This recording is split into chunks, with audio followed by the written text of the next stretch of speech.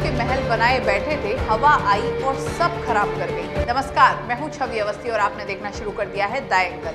अब महल की बात हुई है तो महारानी का चर्चा होना भी लाजमी है।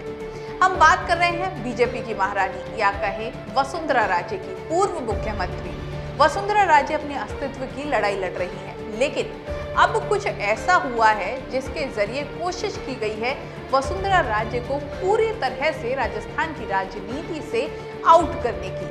ये एक फैसला हुआ है कुंभलगढ़ में एक बैठक हुई। कहा गया कि गहलोत सरकार, कांग्रेस सरकार को किस तरह टक्कर दी जाए उसको, और भाजपा को कैसे मजबूत किया जाए, इस पर चर्चा होनी है वहां पर, और हुई।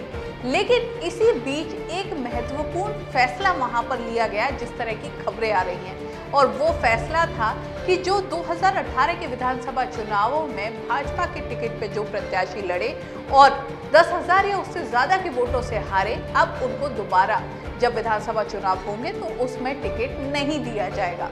अब इस फैसले का सीधा असर पड़ा वसुंधरा राजे पे। समझने की बात यह है, ये फैसला लिया ही इसीलिए गया क्योंकि जितने वसुंधरा राजे के खेमे के जो नेता हैं, अधिकांश इस फॉर्मूले में बैठते हैं। अगर ये फैसला लागू होता है तो वसुंधरा खेमे के आधे से ज्यादा नेता आउट हो जाएंगे, चाहे प्रभुलाल सैनी हो जो उनके कार्यकाल में कृषि मंत्री रहे, राजपाल शेखावत जो हाल ही में वसुंधरा के फेवर में बयान देते नजर आए, या फिर विजय बंसल जिन्होंने निलंबन तक झेल लिया वसुंधरा राजे के लिए। अब वसुंधरा राजे के जितने भी खास नेता हैं वो अधिकांश इस फॉर्मूले से आउट हो जाते हैं। अगर ये फॉर्मूला लागू होता है तो उनमें से किसी को भी टिकट नहीं मिलेगा, और इसका फायदा पहुंचेगा उन लोगों को जो बीजेपी में मुख्यमंत्री बनने की चाह में लगातार कोशिशें कर रहे हैं, जिनके लिए सबसे बड़ा रोड़ा वसुंधरा राजे है अगर बीजेपी की सरकार बनती है तो। चलिए आपको बताते हैं इस पूरे मामले में कौन कौन से ऐसे नेता हैं जो फंस सकते हैं और किस तरह वसुंधरा राजे को आउट करने के लिए एक पूरा प्लान बनाया गया है। देखिए हमारी एक खास रिपोर्ट। खबर तो ये भी है कि इस बैठक में 2023 में पार्टी को फिर से प्रदेश की सत्ता में लाने के लिए एक फॉर्मूले पर विचार किया गया। इस फॉर्मूले के मुताबिक पार्टी अपने उन तमाम नेताओं को अगले विधानसभा चुनाव में टिकट नहीं देगी जो 2018 के चुनावों में 10,000 या उससे ज्यादा वोटों से हारे हैं। सियासी जानकारों का कहना है कि 2023 के चुनाव में टिकट वितरण में अगर वाकई में इस फॉर्मूले पर काम किया जाता है तो लगभग आधी से ज्यादा वसुंधरा राजे सेना इसकी जद में आकर टिकट पाने की दौड़ से अपने आप ही आउट हो जाएगी।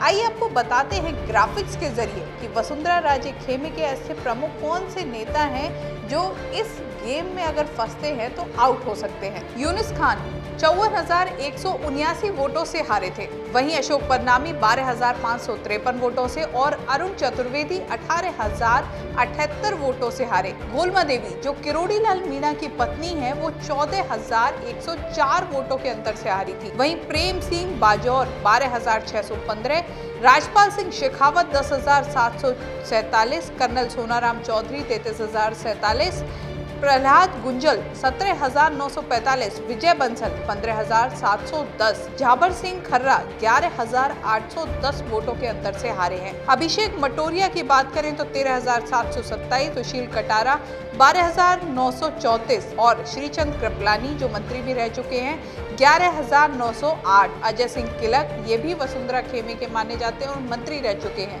21,538 वोटों के अंतर से हारे हैं। शंभू सिंह खेतसर 45,597 वोटों के अंतर से हारे। ओटाराम देवासी जो वसुंधरा राजे के मुख्यमंत्री रहते हुए मंत्री पद पर थे वो भी 10,253 वोटों के अंतर से हारे हैं। प्रभुलाल सैनी कृषि मंत्री रह चुके हैं वसुंधरा राजे के मुख्यमंत्री रहते हुए और वो 34,063 वोटों के अंतर से हारे हैं। खबर तो ये भी है कि कुंभलगढ़ में चिंतन जो हुआ उसमें गहलोत सरकार की रणनीतियों का जवाब देने के साथ ही इस बात पर भी पूरा फोकस किया गया है कि आगामी चुनाव के लिए राजे को मजबूत होने से कैसे रोका जाए, क्योंकि अगर राजे मजबूत हुई तो भाजपा चुनाव में जीतती है तो सीएम पद की दौड़ में माने जा रहे सतीश पूनिया, राजेंद्र राठौर, दिया कुमारी, गजेंद्र सिंह शेखावत जैसे नेताओं को एक बड़ा झटका लग सकता है। हालांकि ये भी तय है कि अगर पार्टी वसुंधरा खेमे के नेताओं को टिकट नहीं देती है तो भी ये नेता निर्दलीय तौर पर चुनाव में ताल जरूर ठोकेंगे।